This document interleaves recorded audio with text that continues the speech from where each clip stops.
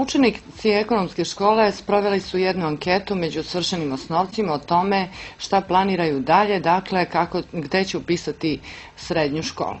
Sa nama su u studiju Marija Petković, učenica drugog razreda ekonomske škole, i Dragan Nikolić, profesor. Dobar dan. Dobar dan. Oko 200 svršenih osnovaca ste anketirali, šta ste ih sve pitali? Da, pa prvo anketu smo izvršili u svim osnovnim školama u Pirotu, znači Vuk Karadžić, Sveti Sava, Dušan Radović i 8. septembar. A neka od pitanja koje smo postavili, da li planiraju da nastave dalje školovanje, zatim naziv srednje škole koju bi upisali, da li bi želi da upišu srednju školu u nekom drugom gradu i koliko im materijalno stanje njihove porodice to dozvoljava, i ko je uticao na njihovu odluku, kako su se spremali.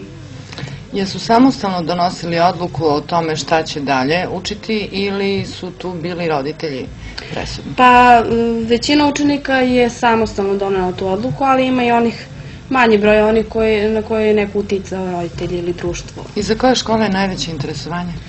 Pa, najveće interesovanje je za gimnaziju i nešto manje za ekonomsku, a onda su tu tehnička škola, medicinska, turistička, pedagoška. Znači, od tih 200 ispitanika na 26% želi da upiše gimnaziju, onda 25% ekonomsku, oko 24% tehničku i nadalje nešto manje.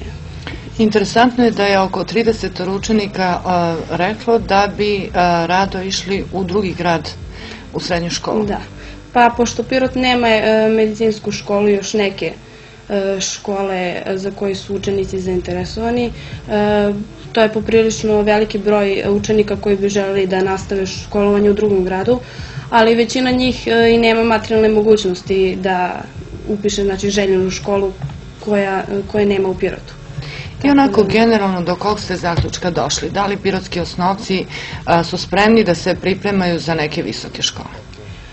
Pa ja mislim da su spremni. Znači, zaključak generalno da je najviše njih zainteresovano za gimnaziju i, kao što sam rekla, nešto manje za ekonomsku. Sad, da li će svi da ispune svoje želje, pokazat će se posle prijemnog ispita koji je 22. i 23. juna, znači ponedeljak, utorak, kako već. Pa ćemo vidjeti. Ja želim svim osnovcima puno sreće na prijemnom ispitu. Profesore, ovo je realizacija projekta Logosa pod nazivom Reformom u obrazovanju put ka razvijenom društvu. Koliko prosvetni radnici mogu da doprinesu boljem načinu obrazovanja? U svakom slučaju da mogu. Jedan od pokazatelja jeste i odziv prosvetnih radnika na brojne seminare koji su bili od pre par godina, počeši od onih prvih pilot seminara, razvojnih seminara za osnovne škole i gimnaziju itd. Većina škola je u Pirotu završila taj razvojni program za svaku školu, osim srednje stručne škole. I ovaj projekat koji ste vi pomenuli jeste baš pod pokroviteljstvom Evropske unije, koji finansira Evropska agencija normalno, a Ministarstvo prosvete je prošle godine raspisalo jedan konkurs na koje se prijavilo preko 80 škola. U ovom konkursnom delu, u ovoj budžetskoj liniji, samo 15 institucije je dobilo priliku da realizuje svoje programe i to baš na primjeru realizacije tih edukativnih sadržaja i unapređenja srednje stručnog obrazovanja na nivou Pirotskog okruga, odnosno na nivou Niškog regiona. To je jedini projekat. Koliko je prosvetnih radnika i učenika obuhvaćeno projektom i koliko će projekat da traje? Projekat se završava jula meseca ove godine. Uključeno je 51 prosvetni radnik plus eksterni eksperti koji su, da kažemo, prijatelji projekta.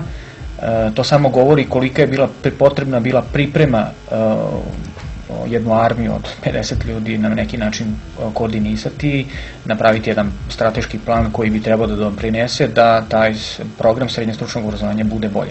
Da kažem da se program realizuje u sve 4 opštine Pirotskog kraja, da imamo veliku podršku svih direktora, znači direktora ekonomske škole u Pirotu, direktora mlekarske škole, direktora gimnazije u Dimitrovgradu i direktora gimnazije u Beloj Palanci. Jesu kreativni prosvetni radnici? Apsolutno. Kroz ovaj program 15 prosvetnih radnika je napravilo tih 15 programa koji su, doduše mi smo poslali nešto malo više, ali Ministarstvo prosvete je odobrilo, znači ovo su odobreni programi i svi polaznici, bilo da su učenici ili prosvetni radnici, nakon završetka određenih edukativnih sadržaja dobit će jednu vrstu diplome, odnosno sertifikata, što se tiče tih sertifikata, nadamo se da će jednog dana oni biti toliko validni da mogu da doprinesu, što jeste cilj ovog projekta bio, jer je ciljna grupa su bili maturanti. Znači, želili smo da maturantima, učenicima završnih razreda omogućimo da po završetku srednje škole bolje i brže dođu do svog zaposlenja. I nadamo se da će obrazovanje u Pirotu biti bolje i kvalitetnije. Nadamo se i radimo na tome. Nama preostaje da poželimo svršenim osnovcima uspeh na prijemnom ispitu, dakle da se pridružimo vašim željama i ja vam zahvaljujem na gostovanju. Hvala.